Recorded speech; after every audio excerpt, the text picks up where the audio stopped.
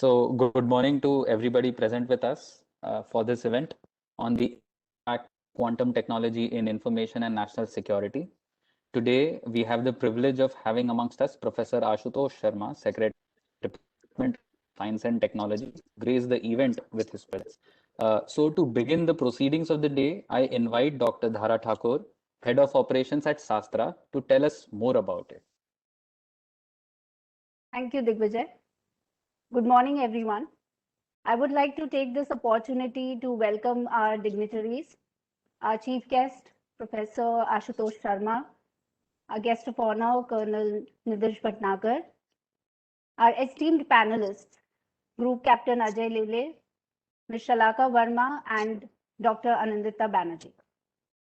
We at Sastra, the Security and Scientific Technical Research Association, developed under the aegis of Rashtriya Raksha University, under the Ministry of Home Affairs, intend to work closely with the security agencies to develop indigenous and sustainable solutions to address real-time technological issues in the national security and allied domains. In line with the vision of our Honorable Prime Minister to make India Atmanirbhar, Sastra aims to foster innovation and become the hub for innovative technology development by engaging closely with the MSMEs, startups, individual innovators, researchers, and industries to bring them all together and address the real-time challenges. Under Sastra, we have created a think tank by the name of Center for Asymmetric Scientific and Technical Studies, CAST, to deconstruct complex and non-conventional threats to the national security. The think tank aims to bring together the best brains of the country and to address these problems. Quantum technology is one such area which we intend to focus on. And through today's event, we have been successful in bringing together the stalwarts in the field of quantum and policy making together. And this is just the first step towards achieving our goal. Having said that, I would like to welcome you all again, and not taking much of your time, I would hand over the mic to the. Thank you so much, everyone, for joining. Thank you, Dr. Dhara, for this introduction to Sastra and CAS and laying the ground for this event. I now invite Colonel Nidhish Bhatnagar, who is Director of the School of Information Technology, Artificial Intelligence, and Cyber Security as the chief and is also the guest of honor of the day. He has served a long stint in the Indian Army before transitioning into the corporate side of the defense industry. He has 25 years plus experience of information technology and communications, geopolitical risk assessment, law enforcement, and includes 10 years of program management, business development, and shaping public policy. Sir, it is an honor to have you amongst us. I welcome you to take the floor.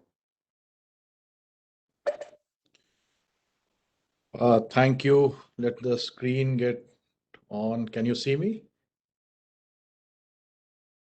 Yes, sir, clearly, and hear you clearly. Okay. Thank you. Thank you, Digvijay. Good morning.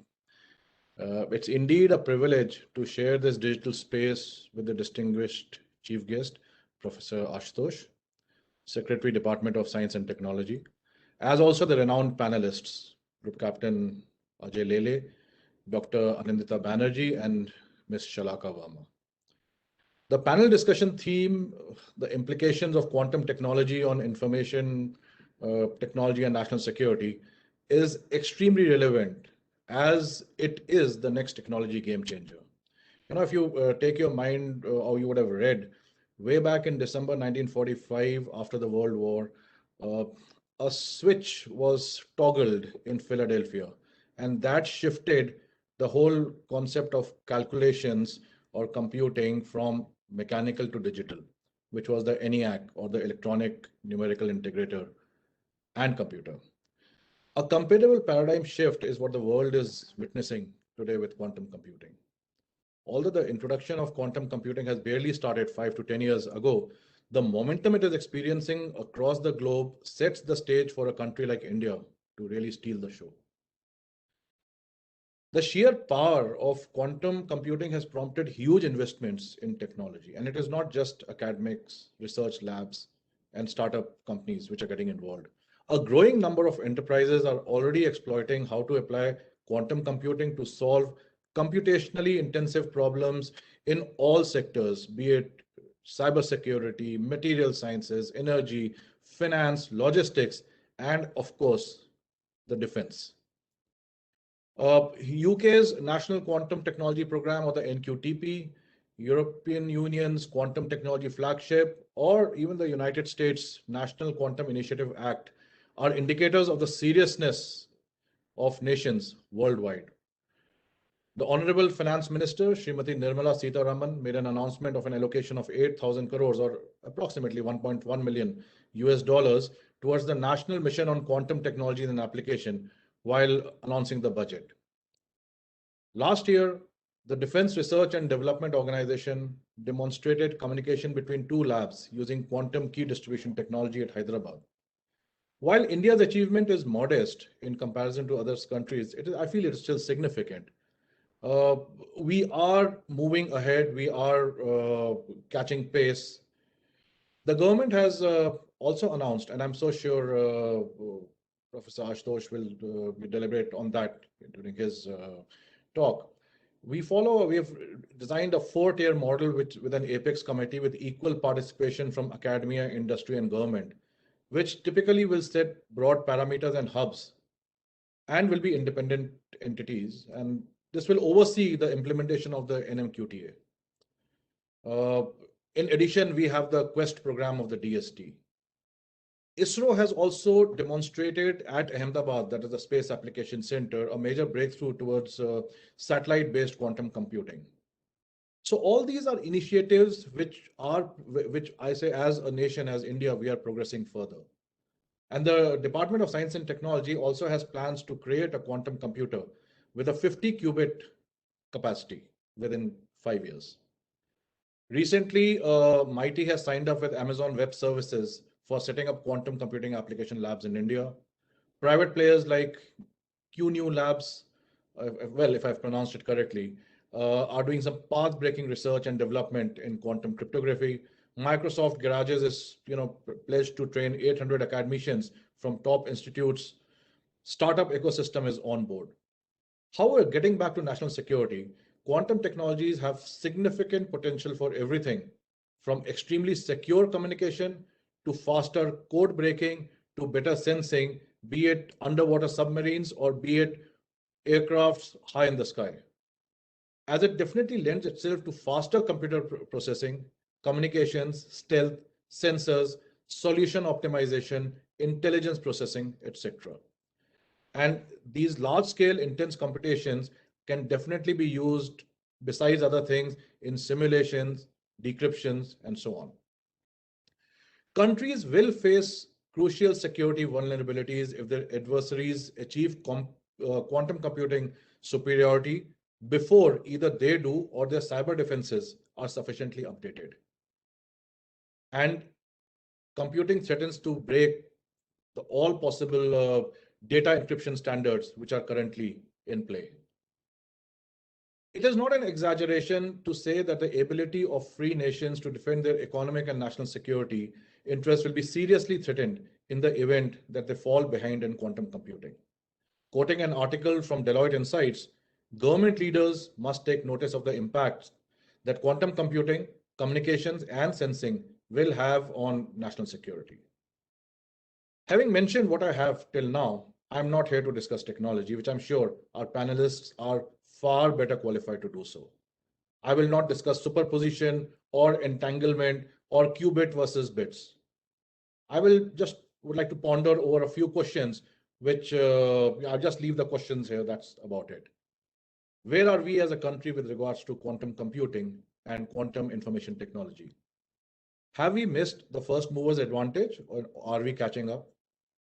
Unlike the past, are we going to invest in technology or be restricted to being a service provider?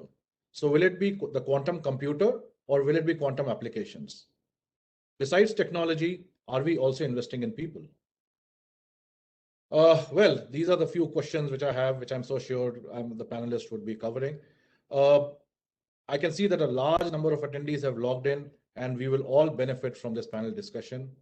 I sincerely thank Mr. Konark Rai and his dedicated team of Sastra for organizing this uh, this discussion, which I'm so sure will have very enthusiastic participation as we progress. Thank you, Mr. Digvijay.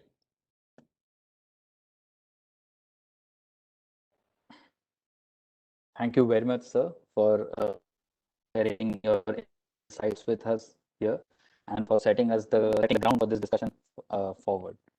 Now I invite Professor Ashutosh Sharma, Secretary, Department of Science and Technology of the Ministry of Science and Technology, Government of India.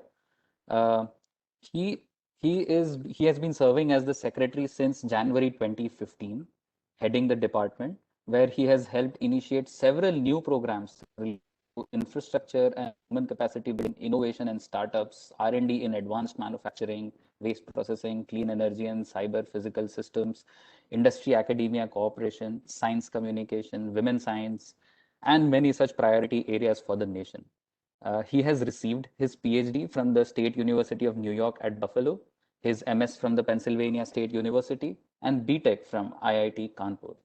He has been a professor since 1997, an institute chair professor since 2007, and the head of chemical engineering since 2003 to 2005, and the founding coordinator of Nanosciences Center and Advanced Imaging Center at the Institute of IIT Kanpur. He has also been a recipient of numerous prestigious awards.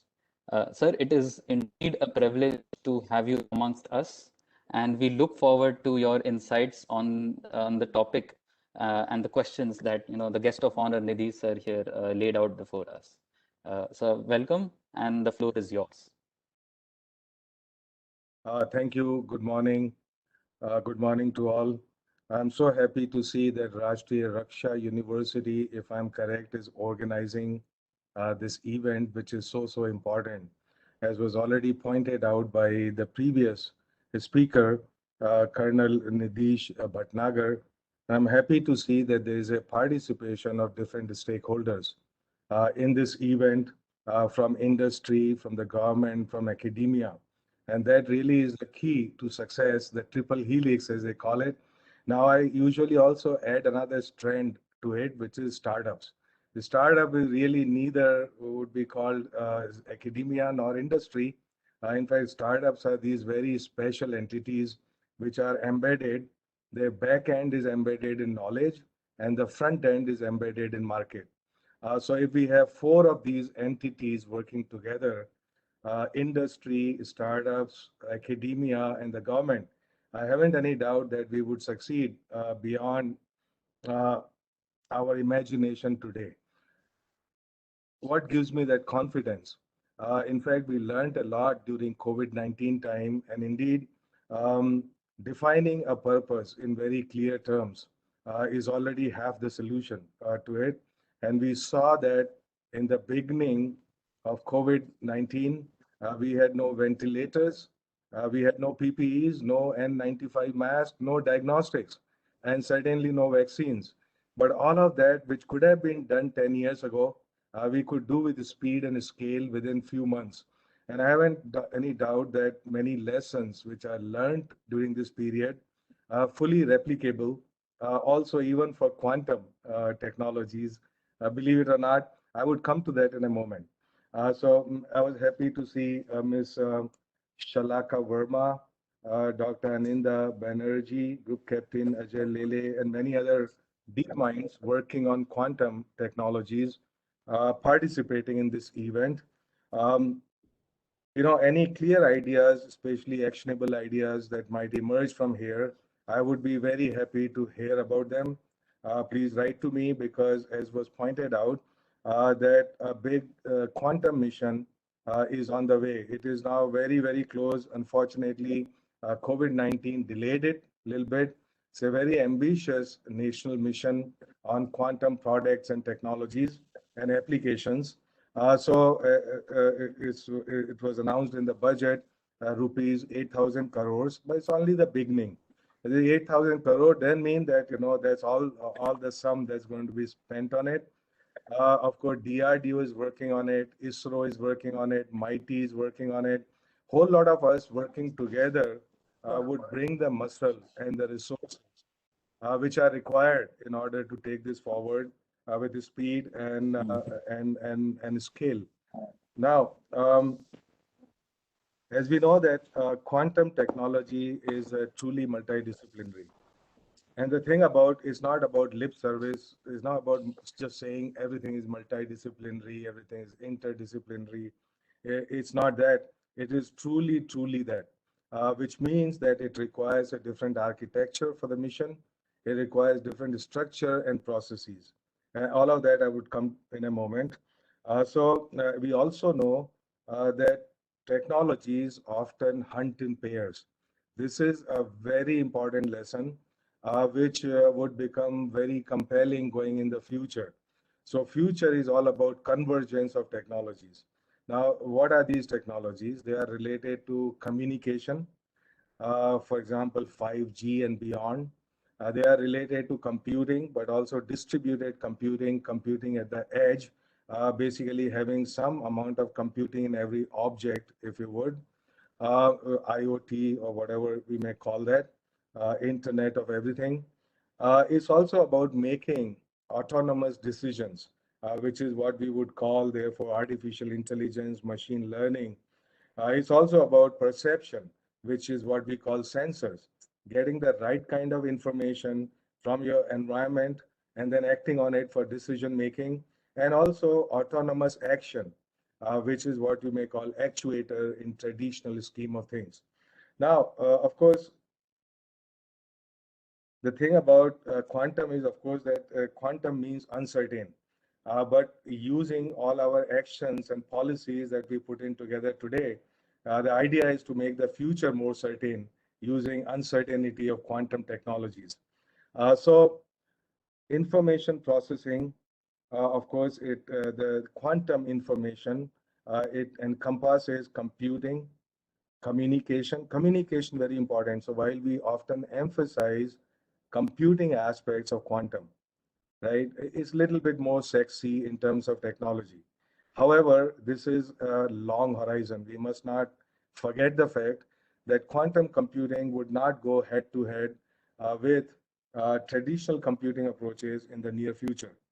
But at the same time, this is not to minimize the importance of quantum computing and computers, because it's not just the hardware, but also the quantum algorithms, for example, is another area which can run on traditional supercomputers, and that's another area which is being looked at.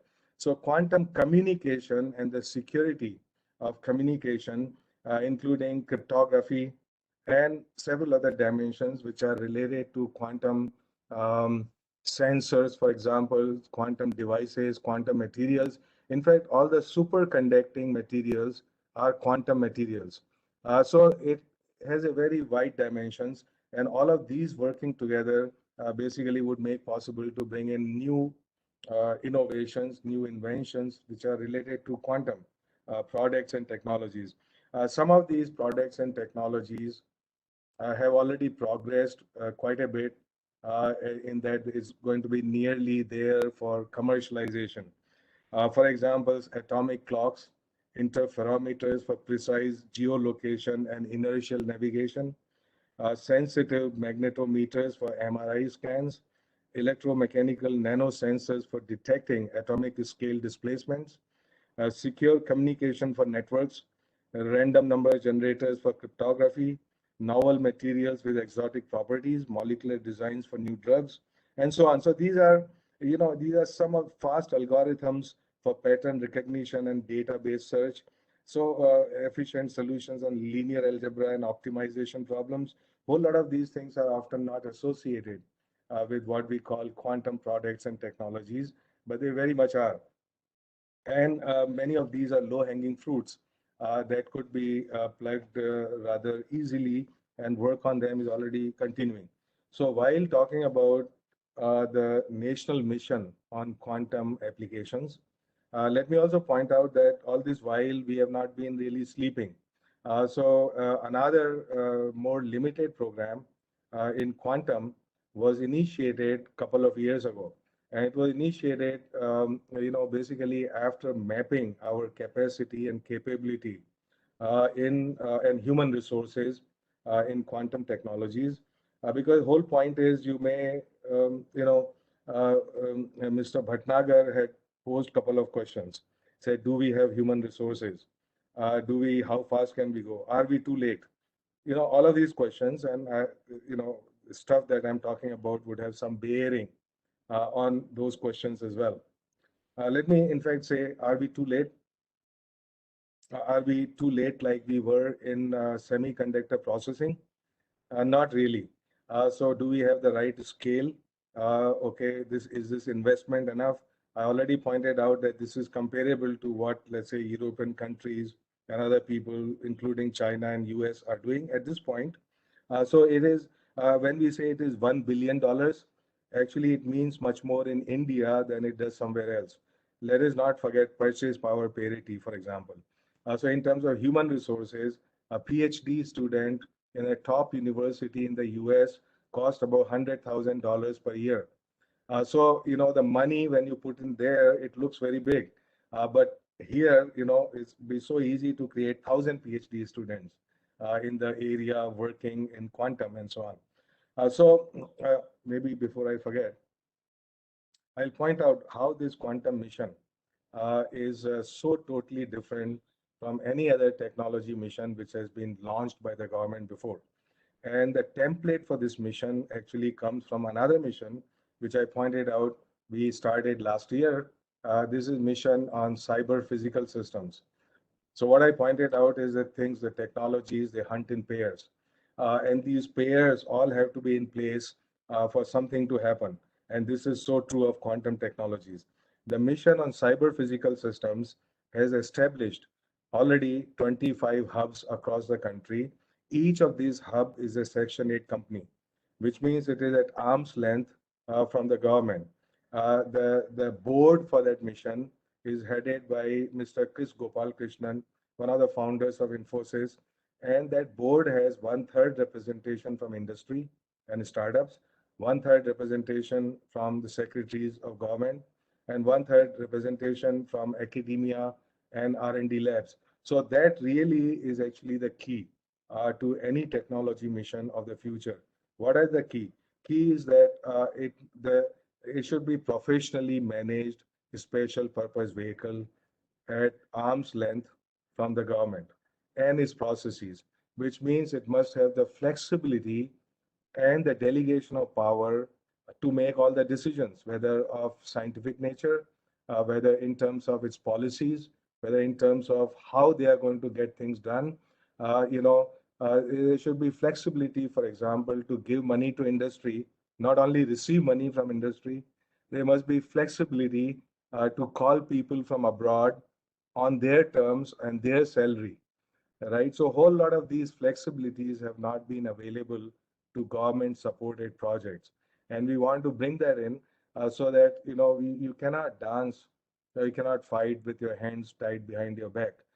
So that freedom, if you would, to be able to pursue your goals in a speedy way, in a way which would make it possible to attain those goals. That is the first and foremost thing in our minds. And so this new mission, which was talked about in next couple of months, it should be out there. And then you would be able to see what the architecture, structure, and processes of that mission are, which would make it possible that all of us work together. And we work together with a common purpose, with a shared purpose, with a shared vision, while keeping the big picture in mind, be able to break that picture into many pieces like a jigsaw puzzle and give appropriate pieces for solution to different places. So another defining feature of the mission is that the hub of a mission, let's say you have a hub in quantum communication, you have another hub in quantum computing, another one quantum devices, quantum materials, what have you. Each one of these hubs is not only a geographic entity. We must remember that this is not simply a center, a brick and mortar, which may be there, but it's not something which is inward looking. The whole point is, in one sentence, I convey the purpose of these hubs to people by saying that each hub is a mini ministry of that area. So what that means is that all the powers that I have, that my ministry has, I delegate to them for that particular area and say, look, other words, if you're going to stimulate research in this area, if you're going to make products in this area, if you're going to bring industry in that area, all of that is now your baby, not mine anymore. So it is a quantum communication hub is actually would be thought of as a mini ministry of quantum communication. And therefore, they have to do all those functions and work that we expect from a government ministry. So because what we expect from a government ministry, and then, people are a little bit disillusioned and they talk about the fact that, hey, money didn't come on time, hey, there was no flexibility and stuff like that. All of that is going to be history. So therefore, we cannot blame anybody for our failure, and we should not also assign any, credit to anybody else if we succeed. Okay, so it's all totally us scientists, industry, and line ministries of the government that have interest in it working together as co-owners, not simply co-partners, right? So the idea of partnership is very different. You see, what happens is, basically somebody owns the hub and then other people come in as partners. So it depends on the whims and fancies of whoever owns the hub to allow you access or not allow access, or what is the level of access and so on. So all of that, is a different concept than co-ownership of the hub. So in a sense, there is a 1/3 co-ownership of that Section 8 company, which is professionally managed, and it is also to work as a mini ministry, a nano ministry of that particular area. So having clarified that,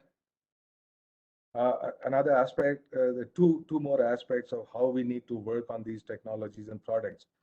One is that often in the past, historically, when we support some research or some center and so on, it is focused only on one aspect. Of course, it's inward looking and it's focused on one aspect, which is maybe basic R&D, or it may be technology development, or it may be more focused on human resources. But these hubs are actually end-to-end integration of the knowledge ecosystem. So what that means is that we need to produce new knowledge, which is relevant, but we also have to consume this new knowledge in terms of creating products and technologies, and also create human resources at different levels in sufficient quantities. At the same time, these hubs will also have their own incubators in order to seed startups that come out from all the activities happening in these hubs. And at the same time, also research parks. So, for example, those of you who have seen some research parks like in IIT Madras and so on, this is a front end which relates most strongly with the industry. So industry basically takes up space there and gets integrated in the activities of the hub. So basically everything which ought to happen in knowledge ecosystem, not just basic research, not just producing knowledge, but also the mechanisms and tools for consuming that knowledge. So you see, our weakness historically in science and technology has not been in production of knowledge, not in creating the knowledge. Most of that weakness actually comes from using that knowledge. And that use of that knowledge has been rather weak because of our industrial sector, which typically, historically, has not had too much muscle or inclination or human resources or focus or vision to use new technologies, to uptake new technologies. So how do I know this? Oftentimes, people say, hey, our science and technology, why is it not working for us? Right? Which is very true. It's not been working for us, but our science and technology is very strong. Make no mistakes about it. How do we know that? We know that India is number 3 in the number of scientific publications in peer-reviewed international journals. Despite all the constraints and inputs that we have had for research, we are still number 3, which is very good. In fact, we are number 1 for bang for the buck, which means per dollar, per rupee output, right? We would be far ahead of the next 2 competitors. So therefore, what it means is that we can produce knowledge. The weakness is that this knowledge often lacks direction and relevance, and it lacks the uptake in order to convert it into new opportunities. So all of that basically means that startups and industry have to be our co-owners and partners from the beginning. And this particular mission actually has to ensure that in a big way. And not only this mission, I may also point out very quickly that we are coming up with a new national policy on science, technology, and innovation, 2021. In next couple of months, that would also see the light of the day. There is a huge amount of focus on 2 things there. One is what I'm talking about is saying, look, how do we create an end-to-end knowledge ecosystem? Which means it's all about connections. It's all about connects. It's not about the strength of each of these silos. Now, each of these silos may have some strength, but basically they are not together. So therefore, 1 plus 1 also equals 1. It never equals 11. We have to see what is the right kind of policy, incentives, rules, regulations, whatever is required in order to be able to do this. The second aspect is a lot of focus on the future, which means, let's say, things like quantum technologies, things like cyber physical systems, things like climate change. So if you were to define actually the most important problems of the future, which start now, is about sustainable development. It's about the rise of disruptive exponential technologies. And the thing about, in fact, when you talk about sustainable development and climate change and the disruptive exponential technologies, it looks like on the surface there is no relation between them. But actually, there is a deep relation. And so I may not have time to fully elaborate on that. But let me just give one aspect of it. You see, human brain has not been designed to deal or to understand with the exponential changes. It always works with linear changes with a small slope. And this, in fact, we saw that in action in the second wave of COVID-19. So one, the brain, our processes are not designed actually to deal with exponential things until it becomes too late. That's the most important thing. That's true of climate change, by the way. So often we become a little comfortable because we say, hey, things are changing slowly. I have enough time, maybe 1 century, maybe 50 years. But there is a thing in exponential technologies, which is a point of no return. And so once you hit that point, things happen with a boom. And then we are not prepared actually to deal with them. So quantum technologies could be one of those things. Now, like I was saying, okay, last 3 years we have not been sleeping. So while formulating the mission, we started this program that I was talking about. We already spent 300 crores on it. It's all about also the absorption capacity. So today, if you throw in 8,000 crores, I guarantee you that people are not prepared for it. So what you have to do is make a foundation which can then sustain the weight that gradually comes on top of it. And so this mission basically is going to do that. It's going to build on another 50, 60 groups that have been supported in the last couple of years related to everything quantum. And so we know who these people are. We know well how they can work now that they have some foundational stuff, how they can actually build upon it. Another thing which is related to theme of this conference is that we have set up a center in IIT Kanpur on cyber security of critical infrastructure. So this is actually an example of cyber physical systems. So one kind of cyber security is entirely in the digital space. Right? It's about data, it's about all of that. Another kind of cyber security is in related to infrastructure, the hard things. So whether it is railways, whether it is the grid, the power grid, whether it is, any industry, for example. So all of those are examples of securing our infrastructure against cyber security threats. So many of these things are happening. All of these activities will get integrated, they will get absorbed in this larger network of the mission on quantum technologies. Um, um, Broad objectives of the quantum uh, mission have been, of course, quantum computing, computers, algorithm, highly secured communication. It was pointed out that DRDO has already demonstrated some aspects of it. They've been working also with one of the DST institutions, Raman Research Institute in Bangalore. So there are, many groups that we have identified which can help solve our problems. Quantum key distribution, quantum clocks, sensors, imaging devices, materials, human resource development, international collaboration, all of this is very important. Especially in cutting edge areas, we have to be totally plugged with the global community. So it's no point saying that, no, I will do everything in isolation.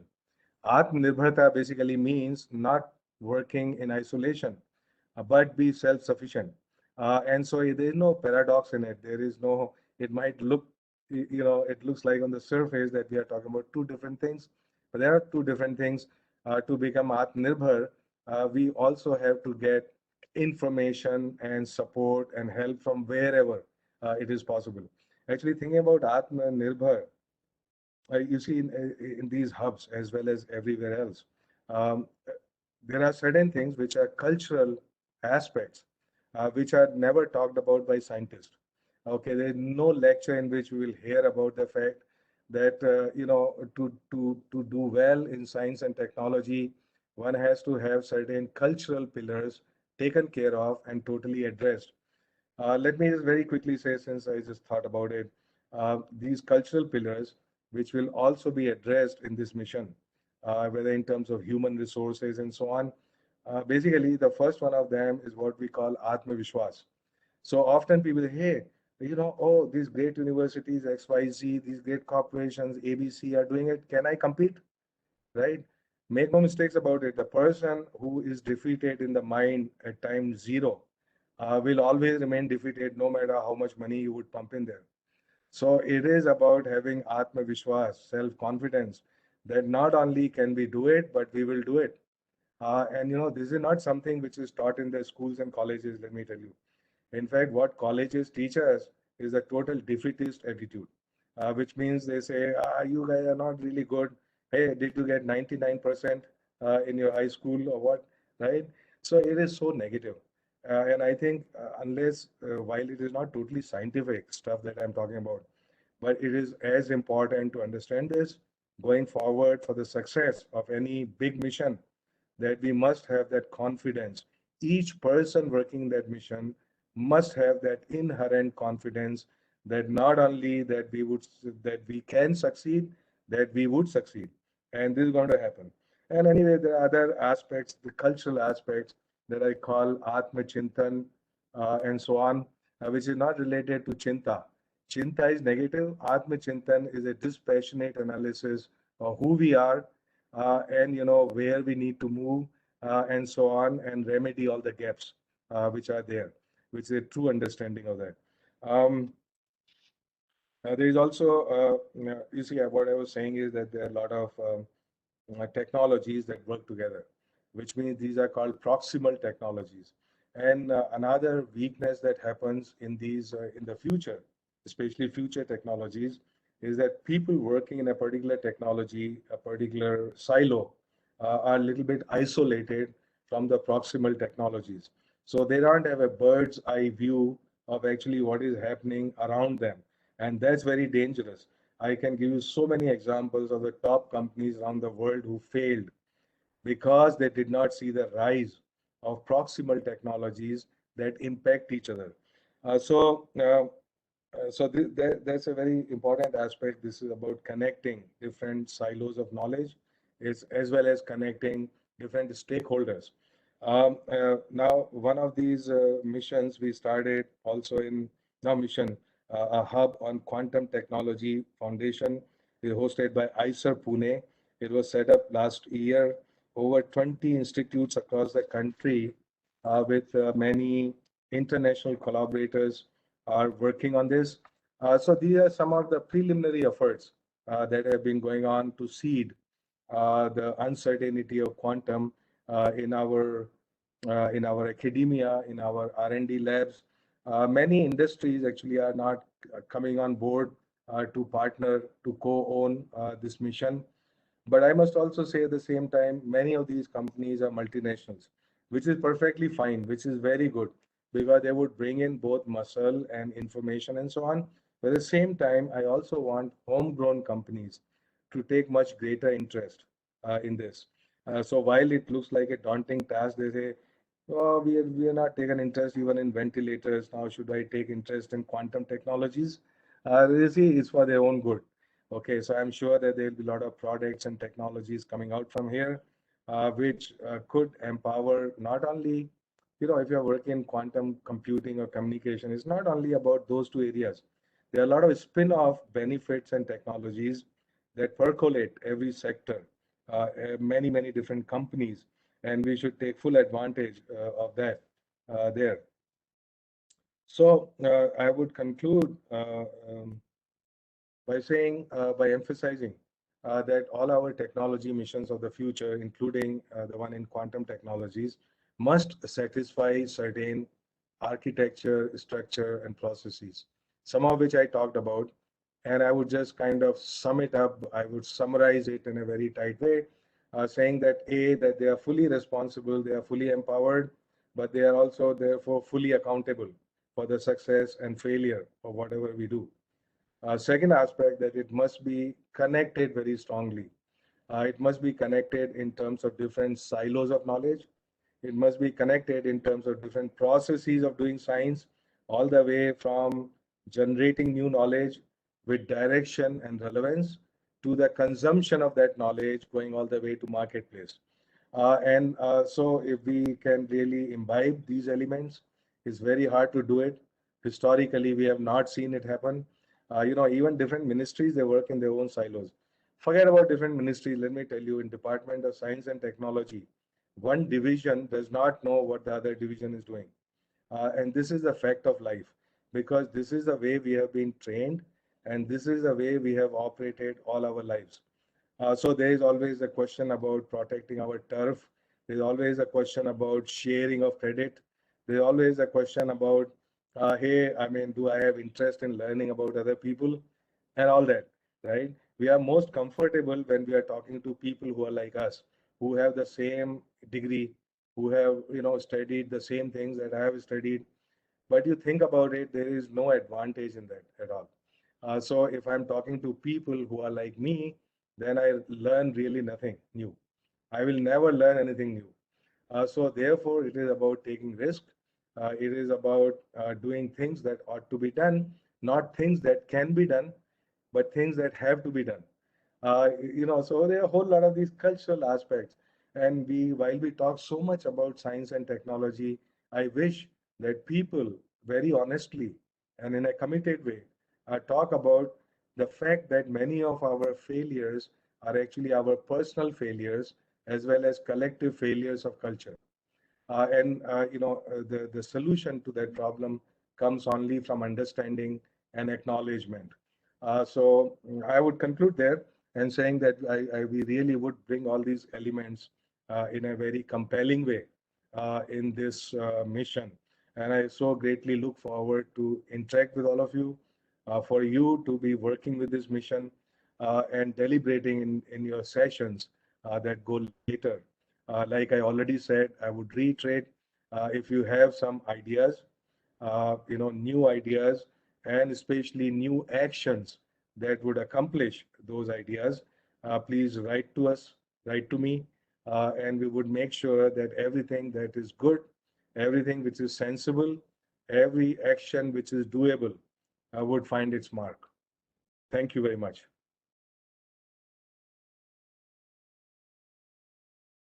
Can you hear me? Thank you very much, sir.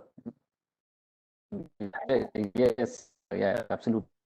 We've been enjoying, in fact, listening to you all this while. And I thank you very much, sir. We appreciate you being so honest with us here and enlightening us with these unique perspectives. Most importantly, for simplifying it for us and highlighting the various initiatives and thinking processes that are undergoing under the aegis of the government. We thank you for the presence amongst us and hope that you can continue with us here to listen through the rest of the Atma Chintan that is to come. And having heard you, sir, our curiosities are piqued now and feel that there is so much more to discuss. So for this, I will now hand over the floor to my colleague, Ms. Jayanti Singh, who's the moderator of the panel discussion, to take forward the proceedings. And we really hope you can continue with us here to listen through. I totally love to, but I have to travel out now. I've been working Jayanti. from home since morning in meetings. I have to go Sure, to sir. office now. So I'm so sorry that I would have to leave this August company. But like I pointed out, let me truly, honestly say, please reach out to us. We are totally open. Okay, and if you got some idea to contribute, absolutely, you can be sure that this would be integrated in our activities. Sure, sir. Thank you very much, sir, for your presence. Thank you, sir.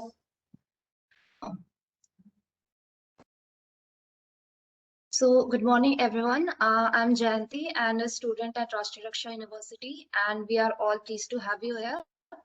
Without any further ado, we'll be heading towards the most awaited moment, that is the panel discussion.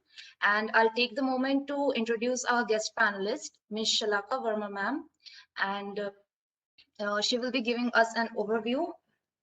So about her, I think most of us know her. She has a diverse expertise and experience in multi-sector technology as IT infrastructure, cloud native technologies, blockchain, AI, and even she was the first quantum ambassador for IBM.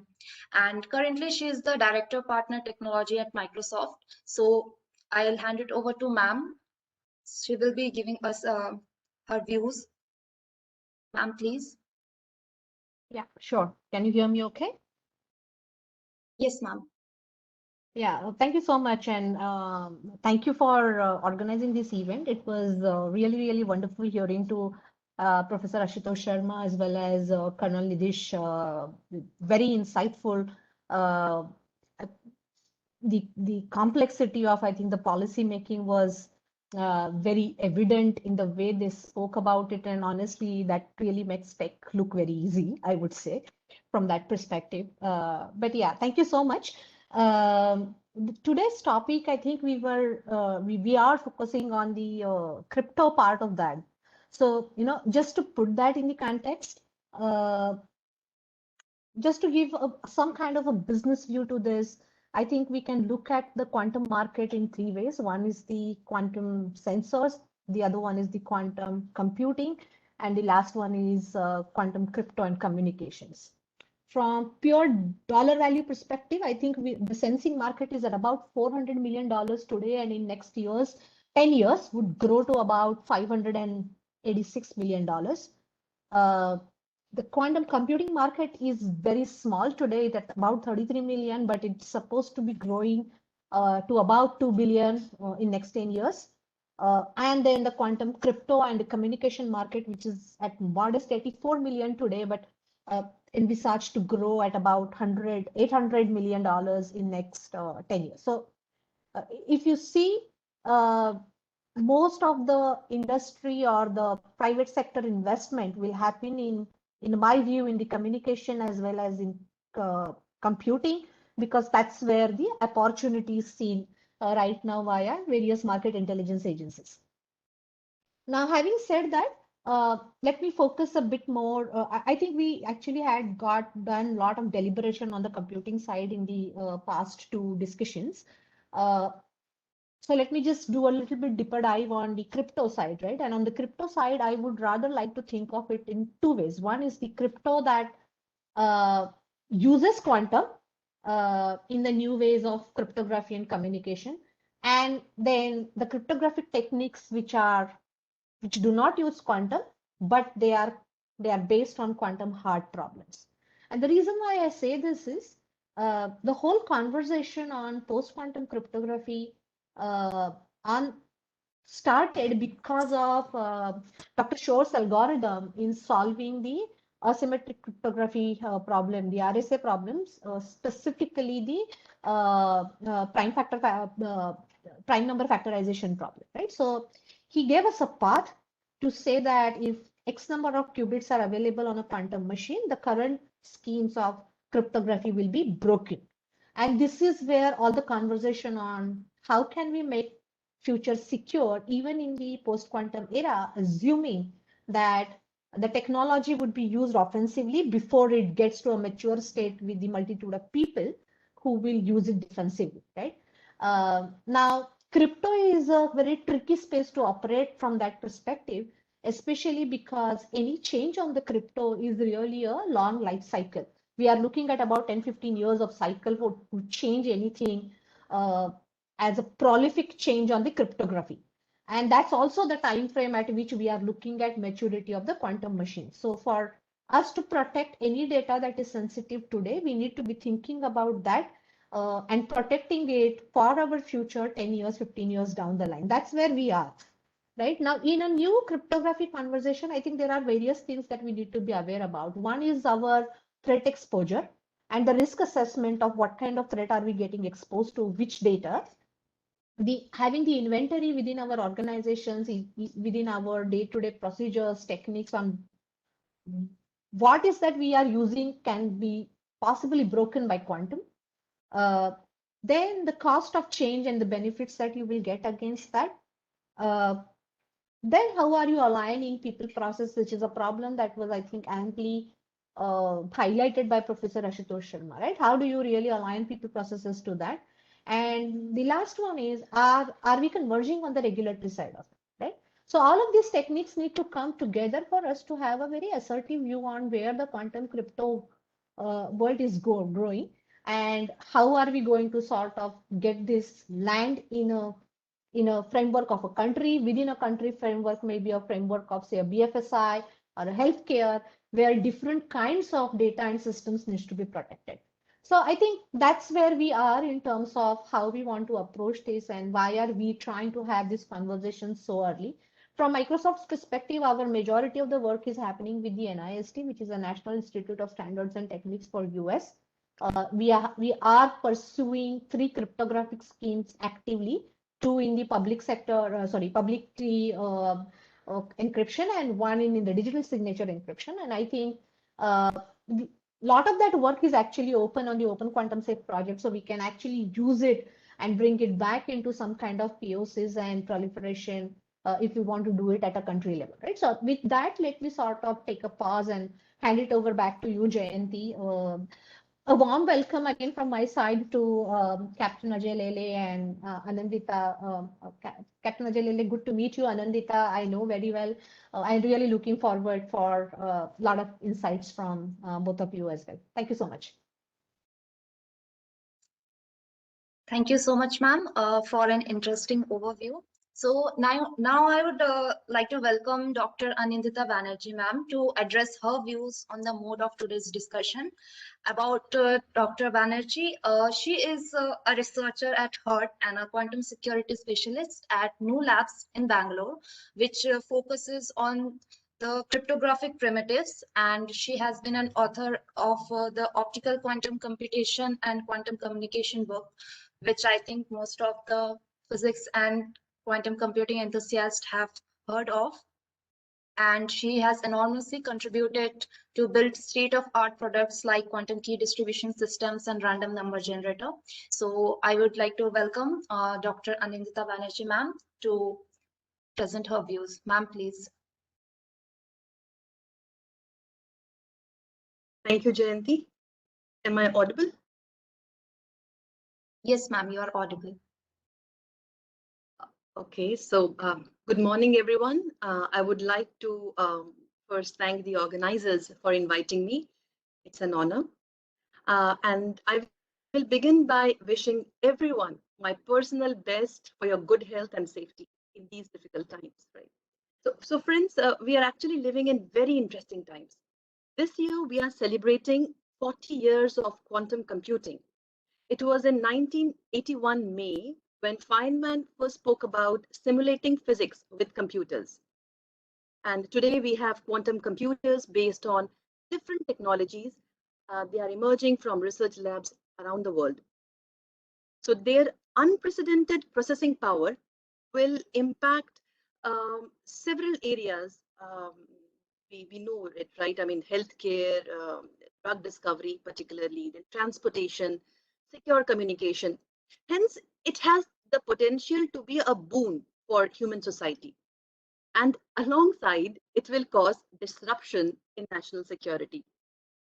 So it is in our interest to study its impact on modern state-of-art cryptography, taking proactive steps to safeguard present and near future data, depending upon the shelf life, from attacks by quantum computers, particularly the harvest now and decrypt later type of an attack, and preparation for transition to quantum safe encryption for future-proof cryptography. See, future hackers are going to be mathematicians, physicists, engineers, and will have classical as well as quantum tools to attack modern cryptography-based encrypted data. Now, to combat this, emerged quantum safe encryption techniques. So Shalaka was rightly talking about some of them. So one approach where we work on is actually generating secure QKD keys via quantum key distribution process for encrypting the message using standard encryption algorithms. Now, this art is based on fundamental principles of quantum physics. How is it different than present cryptography? So it gives the adversary the power of physics, and it is not limited by technology. It generates secure encryption keys right under the nose of an eavesdropper. And see the keys, the encryption keys, which are supposed to be hidden, secret, and random. So these keys are intrinsically random because they are generated from a quantum process. So overall, QKD provides a composable security. I will refrain from using the word unconditional. I would rather say composable security for generation of secure, symmetric encryption keys at 2 locations. Now, if you are going to implement it with one-time pad encryption algorithm, along with the QKD keys, then it provides the foundation, a robust foundation for future-proof cryptography or creating a very solid structure for defense in terms of securing the national secrets or army secrets. So that is one part. Now in QKD, we generate single photon states. They work in quantum regime. We encode information in different degrees of freedom, and then we perform a quantum measurement and decode the result in binary. We study all the leakages associated with a faulty equipment, and the communication, and also the quantum leakage, which happens because of multiphotons. I must say that this QKD is basically a subset of quantum communication, which relies on light optics. So we are communicating via photons. So there is a leakage if there is more than one photon traveling in the channel. The associated noise and the attacks by E, who is a quantum physicist and a very smart engineer. And thereby we post-process the QKD keys.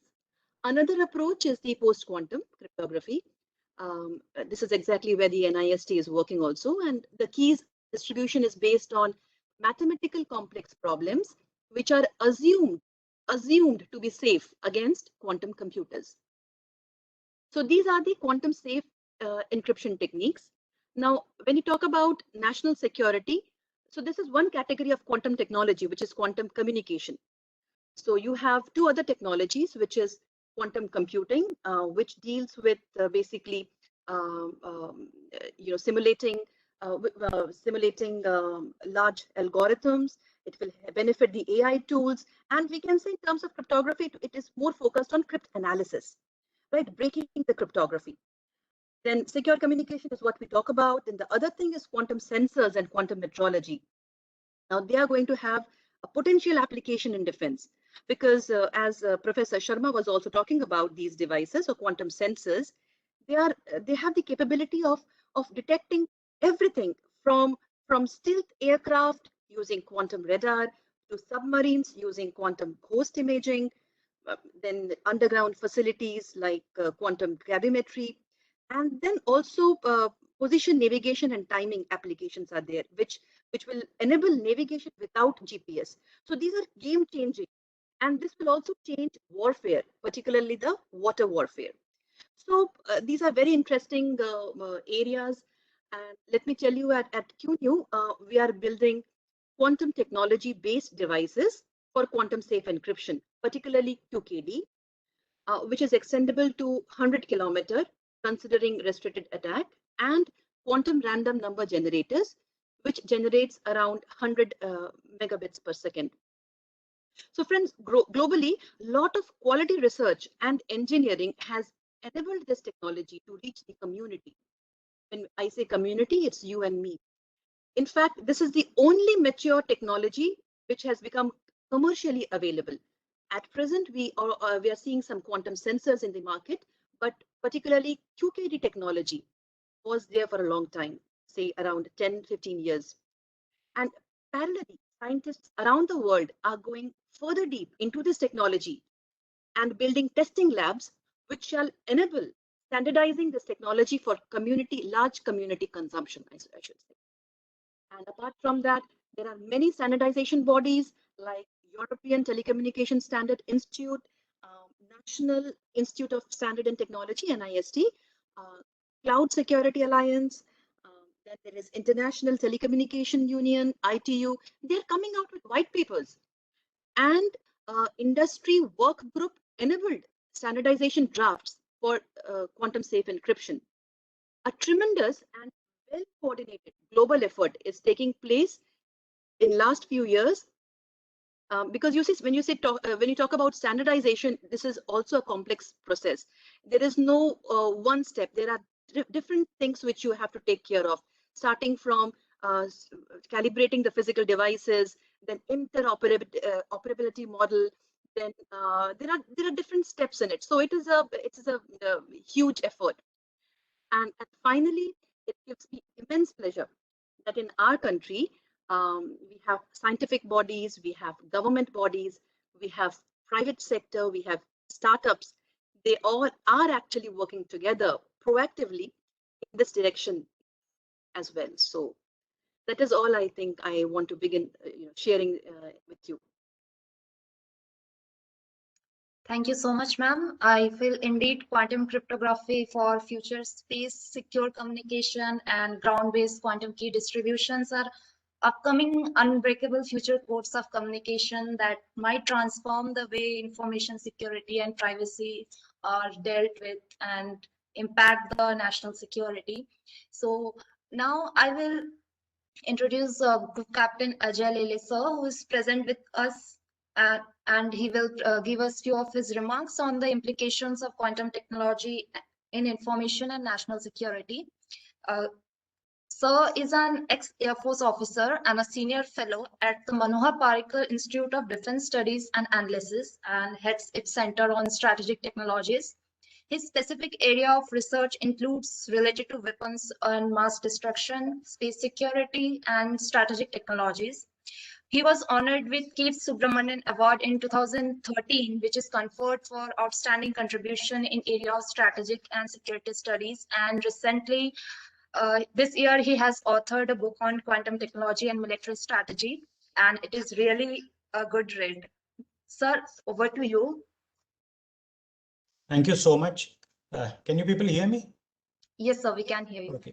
Thank you so much. Good morning to you all. Let me first thank you for inviting me for this important conference. I think nothing much gets spoken about quantum in this country beyond a standard technical issue. But since you've enlarged the scope to national security, I think that's a very good sign. If you've heard all the contributors before me, I think almost everything which is to be said has been said, and I do not have anything much to add.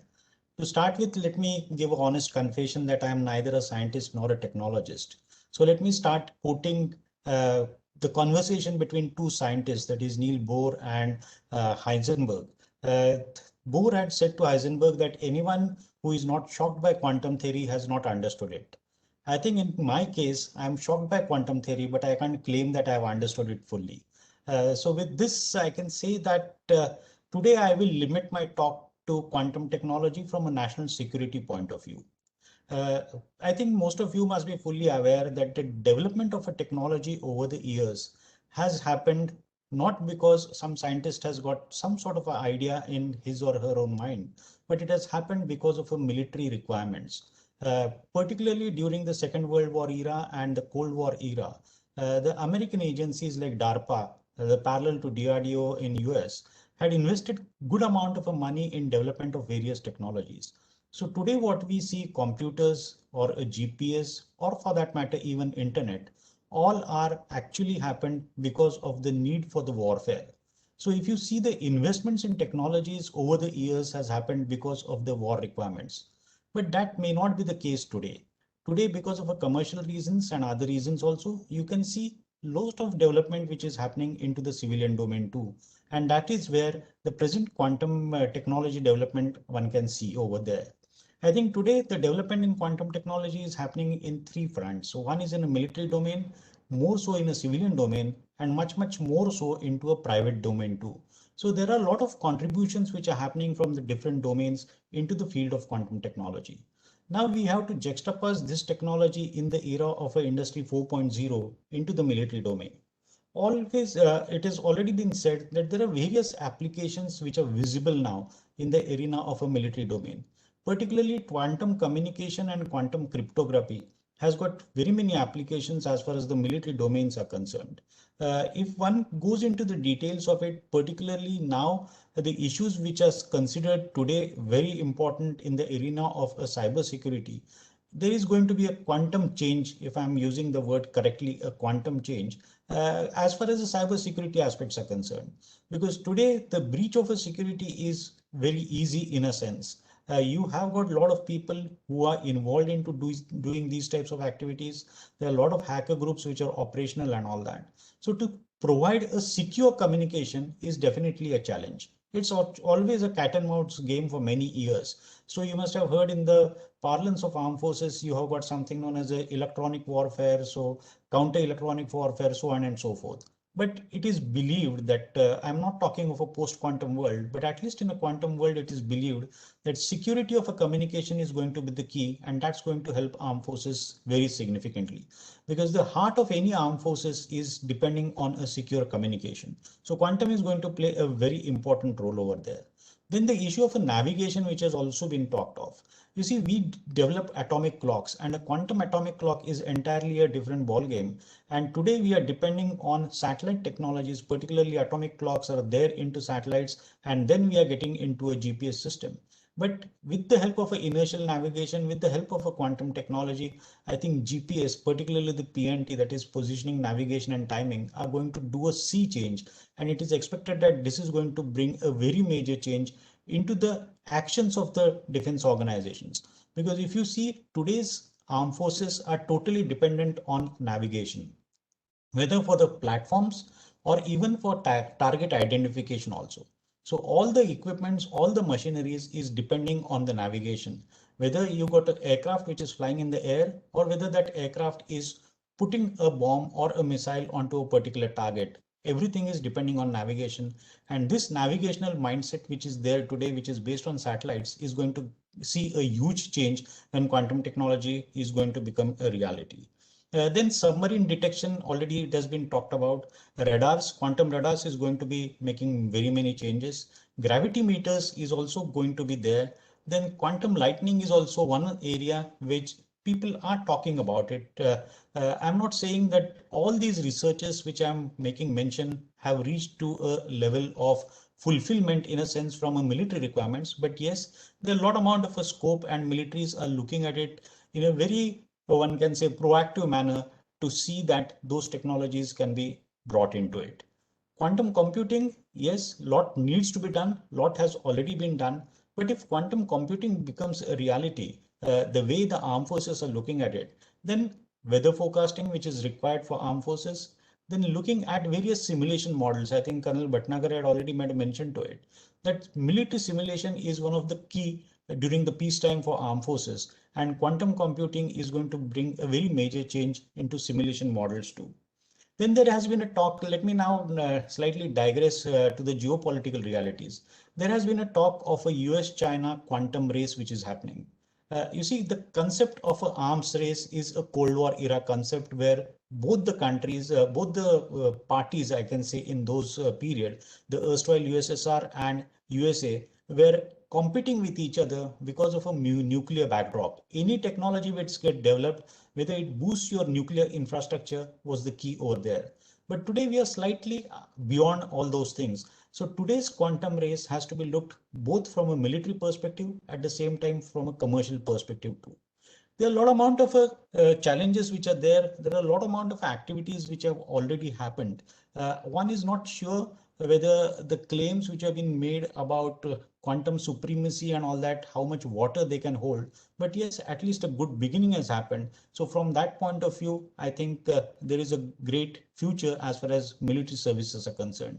Already it has been talked about QKD. It is one of the most successful technologies, and definitely those types of changes are going to happen. I'm sure most of you are aware about Beijing-Shanghai line and all those types of activities which are happening. So a lot of things are happening. If I have to name the countries which are doing good work from a military perspective, it's not only US and China, but you've got countries like Israel and countries like Australia who have invested big into developing quantum technologies from a military architecture. Then there are various other countries like Austria. Countries like Austria had major developments made into quantum satellites. Finally, the satellite was launched by China, but the technical development was done by the scientists from Austria. So if you see, a global footprint is already existing as far as quantum technologies are concerned. People are developing technologies both for strategic requirements as well as for commercial requirements. I think the way I was making a mention that the Cold War era concept of military technology, the technologies getting developed into military domain is not the same what we are seeing today. So commercial element is going to come in a big way, and that's where the power politics is going to play a very important role. So you will have few countries making some sort of a noises about arms control, about banning a certain amount of technologies, because that's the way the national politics and the geopolitics keeps on. And that's the way the quantum technologies are also going to face the same type of music which other technologies, particularly AI, is facing that music, where countries are saying, even scientists like Elon Musk and other scientists are saying that AI should be banned as far as armed forces are concerned. So these types of concerns are going to come up as far as quantum technologies are also there.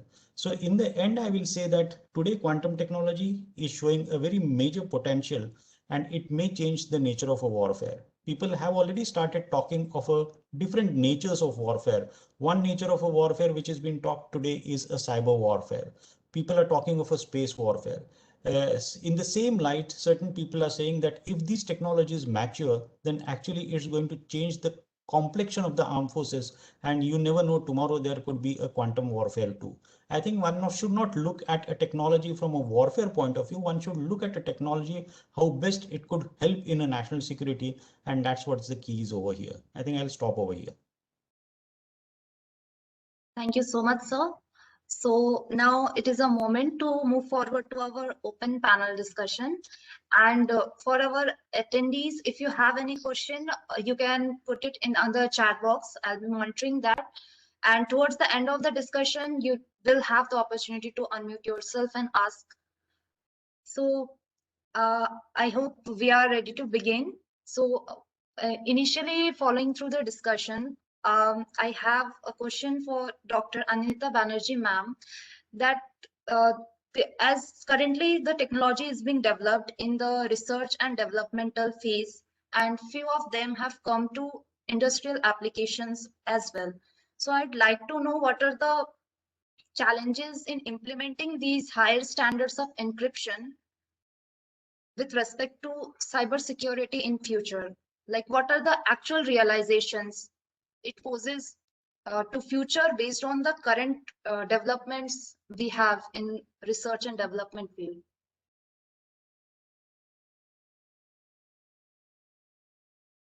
Yeah. So, Jayanti, if I can understand, you want to you're asking how difficult it is to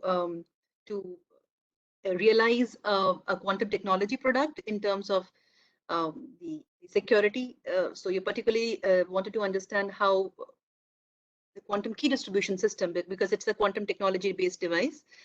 So any quantum technology depends that the enemy is noise. So when we are using quantum communication, we are actually using a single photon states. Today, the optical communication, if you see, there are millions of photons in one pulse, right? And the power is usually in milliwatt. But when we are doing a quantum communication, then it comes down to picowatt. So they are very fragile to atmospheric noises, to propagation, and also to the system noises. So it had been challenging as to segregate the noise, work on the signal to noise ratio, understanding where the trying to understand how to filter out the data or the information from a noisy system, and what actually makes it noisy. So yes, it has been very interesting. It started from right instruments to realize that device, and when you actually working on it, there are different areas where software, hardware, implementation, protocols, the post-processing done. So what are the state-of-art technologies in all these areas? And also when you're talking about quantum cryptography, I must tell you that it only addresses the problem of key generation, encryption key generation. So we have to use state-of-art cryptography primitives for authentication and for post-processing like error correction and all. So yes, building a product, a quantum technology product, was very challenging because, as also we discussed, Ms. Professor Sharma had said that it is an interdisciplinary field. And it needs expertise or inputs from different disciplines, like from mathematics to information science, from computer science to optics, to quantum information. So it is very challenging. And now after finally it is done, how do I integrate it in the system? See, today everything is based on the RSA. So today, if you look at the RSA, it is actually a $4 trillion industry.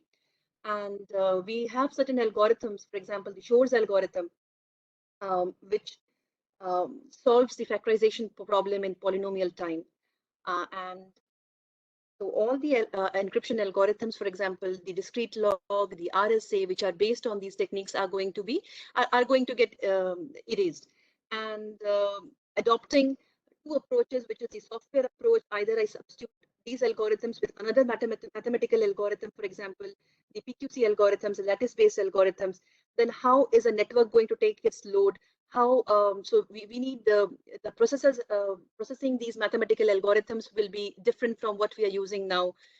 So it calls for a lot of effort. To tell you, to summarize. So there is a fantastic equation.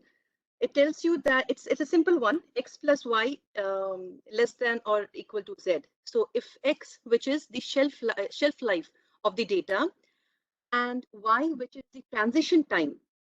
So if I'm going to combine the shelf life and the transition time, transition from classical to quantum safe encryption, if that is more than the realization of a large-scale quantum computer, then there's going to be a period where we are going to see a crypto apocalypse. So that is dangerous. And if you're looking at the current prediction, then the scientists around the world, the experts, the standardization bodies, they all agree that a full-scale quantum computer, there's a 50% chance that in the next few decades we might be seeing something, a large-scale quantum computer which can crack RSA 2048. So there is a decent threat, and there are challenges. Building this technology, implementing this technology, and selling this technology. Yes, ma'am. I agree with you on that. Adding to it, I would like to forward to Shalaka ma'am to emphasis on how regulations could better define and overcome the factors as mentioned by Anindita ma'am while exploring future innovations, growth, and development of technology. Yeah, thanks, Jayanti, for that. And before taking that question, let me sort of add few things to what Dr. Anindita already said, right? So while, we are looking at about a decade down the line when we will probably have a quantum computer which will break the current RSA. The efforts on standardization on the post-quantum cryptography are, I think, sufficiently advanced at this point. And I'll drop a link in this chat where the top 16 candidates for the final standardization on that algorithmic space are being pursued via various rounds of expert reviews and POC stages.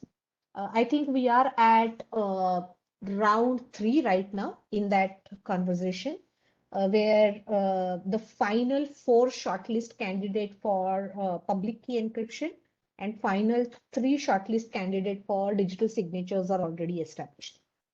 Some of the public key algorithms which are shortlisted by NIST are Microsoft developed, especially one called as Frodochem and the other one called as Psych. Frodochem is based on lattice-based cryptography. Psych is based on elliptic. And on the signature-based, you have Picnic, which is symmetric key-based signature algorithm, which uses QKD for key generation and exchange.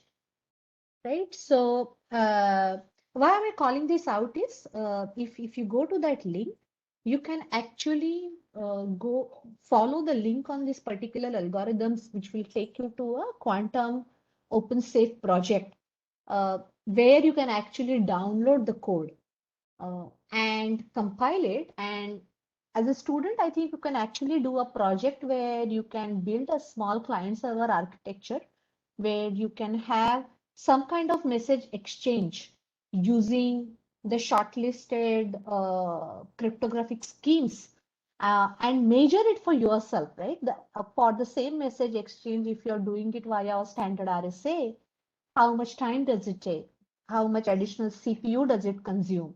What is the additional latency that you see at the application code? And that sort of will give you a pretty good idea of what we are talking about. And, because a lot of these points really will translate into some key considerations of how the industry will adopt these standards. And as student, I think it can be very, very, encouraging for all of you to get on top of this and understand how this world is changing and how the decision making will happen in a lot of these new cryptographic standard development. The timelines for the first draft on some kind of convergence on standardization is 2022 to 2024.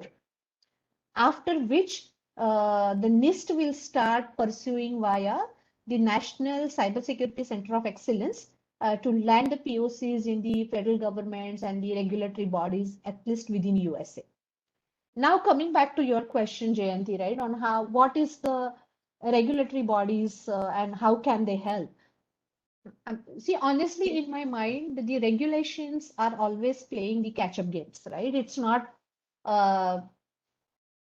I don't think for a technology company, regulation is a sufficient condition. Regulation is a necessary condition, but we need to be doing a lot more than that because our visibility into what can go wrong is way better than the pace the regulatory bodies can keep, honestly, right? However, regulations help set up a standard framework.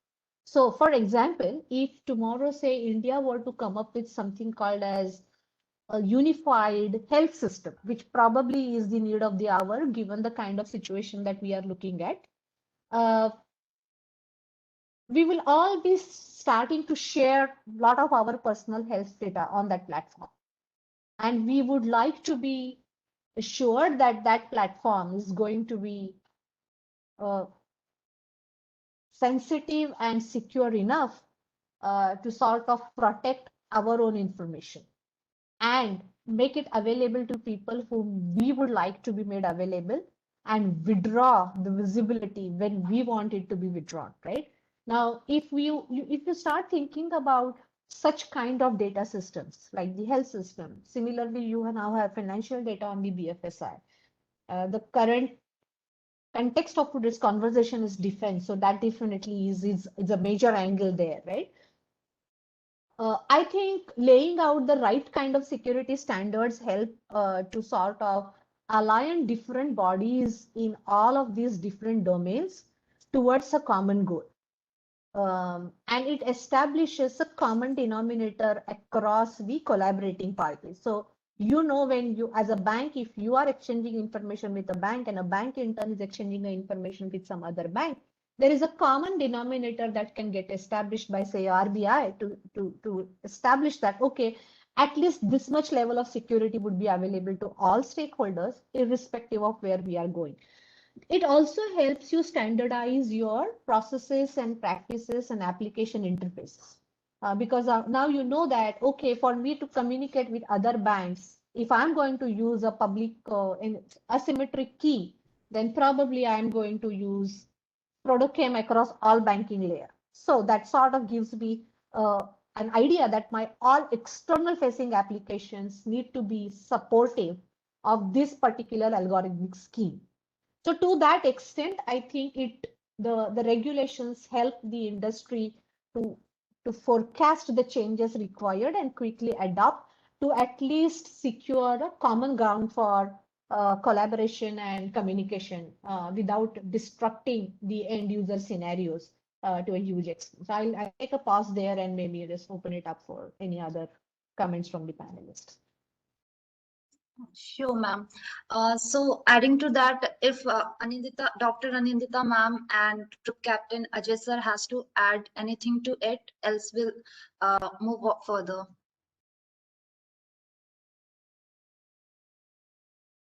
I think there are a few questions which are there. If you want, I can take them on. I've read those questions.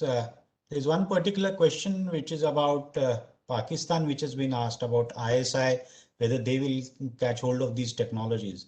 I think to my mind, we got to look at Pakistan slightly differently when the domain of a technology comes in.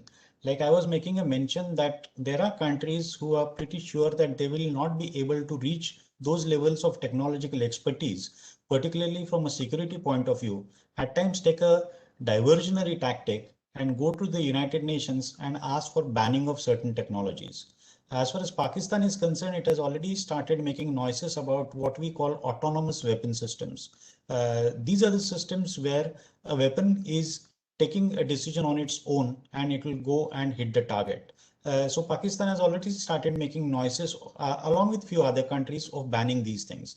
As far as quantum technologies are concerned, it is supposed to be a very unique technology in a sense that today it is said that when there is an incoming missile towards any country, then there is a counter missile attack which has been launched. And that missile attack, when it is launched, the coordinates are fixed and the missile cannot change its route once it has been launched. But with the availability of a quantum technology, it is thought that the nature of this missile attacks, even you can change the target while missile is in the air. So those sorts of challenges are which are going to come up. And definitely smaller countries like Pakistan will have issues with these things because these types of technologies are very difficult for them to get. Only option for them remains is countries like China could give them those technologies. Then there are one or two other questions which are there. Particularly, there is a question on quantum, basically cryptocurrency. I think cryptocurrency right now, there is a debate which is ongoing whether bitcoins is a failed issue or is the bubble going to burst. As far as quantum technology is concerned, there is a good debate which is happening about using quantum technologies and blockchain technologies together. I think if that sort of a success comes in, then cryptocurrency will have a slightly better future than what we are seeing today. I think other questions can be basically they addressed to other panelists. Thank you. Thank you, sir. And sir, can you give us an insight on how India can plug in itself into the international scientific and strategic disclosures happening in quantum technology and strategic issues? Like, what are the roles of global research community that plays and the cross-border impact it has due to development of? Yeah, it's a very interesting question. You see, if you really look at it at a level of an industry, right from IBM, Microsoft to Google, almost every industry is involved into it. And let's accept the fact that India has done pretty well as far as the software aspects of IT technologies are concerned. So here, particularly in the writing of algorithms and other issues, Indian companies can take a lead. And there is a need, like the Secretary SNT was also making a mention, that we have got a major program of around 8,000 crores which has been there. So the same type of a program could be used for various purposes. DRDO has already started working on it. Also, a mention was done to that. DRDO has got an agency in Pune which is actually looking at it. And DRDO has decided that they have to concentrate on a particular areas. I have read somewhere that DRDO has decided that they want to develop Pune as a city for the quantum technology development in the near future. So that means that there is good amount of a planning which is happening. Right now, maybe because of the COVID crisis, there is certain amount of a slump which has come. But as far as DRDO's investments are concerned, those investments, as the secretary was pointing out, when we are talking of Atmanirbhar, it's not that DRDO is going to work in silos. They also will have some sort of a collaboration with Indian academia, Indian industry, as well as with the global industrial players also. We have got good amount of a multilateral mechanisms where technology transfer both in a civilian domain and military domain is happening. Particularly, we have got good paths which are already established with agencies in the US and few other countries. I think Israel is another country where India can look very seriously, where certain amount of a technology transfer from military perspective can happen, because Israel is also doing pretty well as far as the domain of a quantum technology is concerned.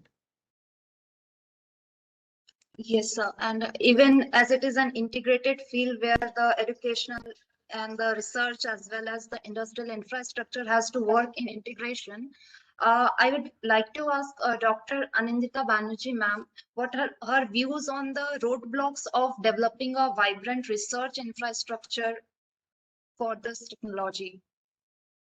I mean, what are the major roadblocks which is currently we are facing? I think this has been addressed by Professor Sharma pretty well.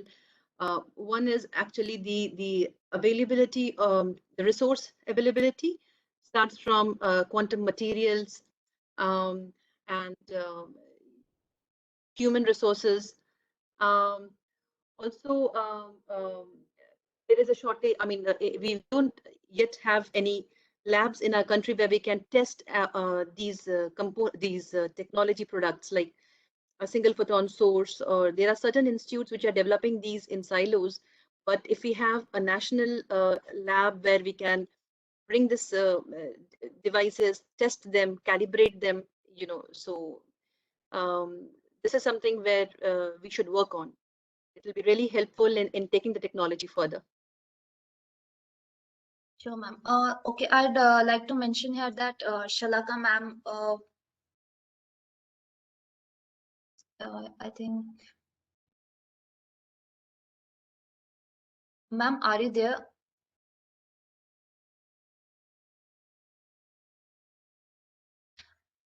Okay, actually, ma'am had to leave the meeting as she had some other important issues. So it was a pleasure having her here. Moving forward, we will be kind of concluding it as we have already passed our scheduled time. For conclusion, I would like to have your views on what do you think would how to deal with this dual use technologies with it like a commercial origin tech can have unintended national security consequences, so how that can be governed from the research perspective as well as for the national security. And Dr. Anita Banerjee, and after that Group Captain Ajey sir can present your views.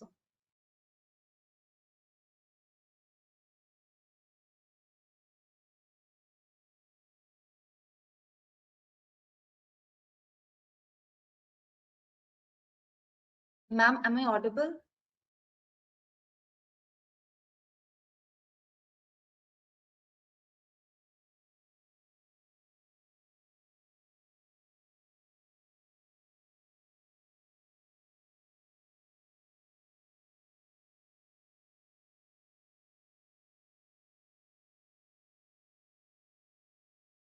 Ajay sir, are you there?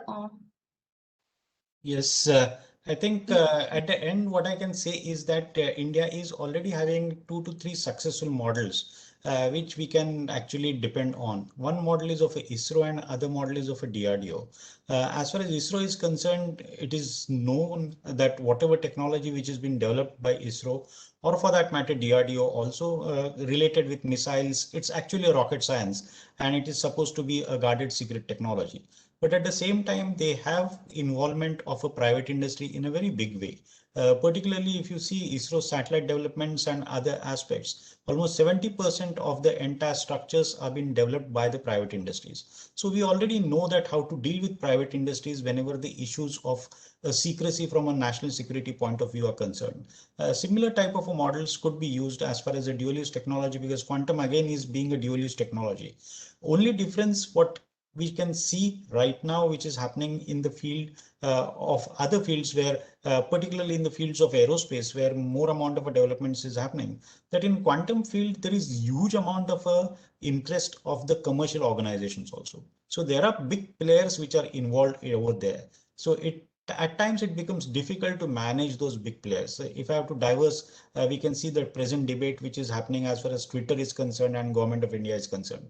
So at times it becomes difficult if there are very major companies which are involved into these types of technologies. But I'm sure that our policymakers know how to pass through all these sorts of hurdles. But yes, there is a good possibility that without getting into the secrecy zone, a good amount of investment can be done by the private sector towards development of these technologies. And more importantly, academia can play a very important role because ISRO has already started their own establishment for giving training. The graduate training and a postgraduate training is already happening in Trivandrum. DRDO also has got their own university, which is in Pune. And various IITs and various other institutes also are involved into it for a development of a technology. So I'm sure that in coming days, investments into private sector, both big players as well as startups and academia can work together with major scientific development agencies like ISRO and DRDO in the country. Sure, sir. That was a very interesting point. So for henceforth, we will be concluding. It was really an interesting discussion, and it is not the end, rather it is the beginning of a new discussion. I will hand it over to Digvijay, sir. And due to the shortage of timing, we do have these interesting questions, and I will forward it to the panelists, and you will have the answers to it. And in future discussions, we will address it as well. So please. Okay. Thank you, Jayanti, and thank all the panelists for this interesting insights they've shared with us and give a point of view from a technical perspective, particularly from Ms. Shalaka Verma and Dr. Anindita Banerjee, and from a strategic view by Group Captain Ajey Lele here. I thank all the panelists for the time here. I thank everybody here attending the event, and I especially thank the guest of honor and chief guest who took the time to speak with us about an emerging issue and how it affects all of us. I hope that all the attendees with us here enjoyed the discussion, gained from this discussion, perhaps gave them some sort of a focus of what they want to pursue further in life, and we hope we've been able to answer the questions also. For those who all the questions that we've not been able to sort of take because of the paucity of time here, we'll reach out to our panelists, send your questions, and circle back with responses as and when we get them. So with this, I would close the event for the day, and I would encourage all of you to sort of keep an eye on this space at Sastra_IND for updates and similar such events. And we'll be coming up with similar such cutting edge issues and events which concern national security in one way or the other. So thank you, everybody. Thank you, panelists, for your time. And I would close the event with that. Thank you.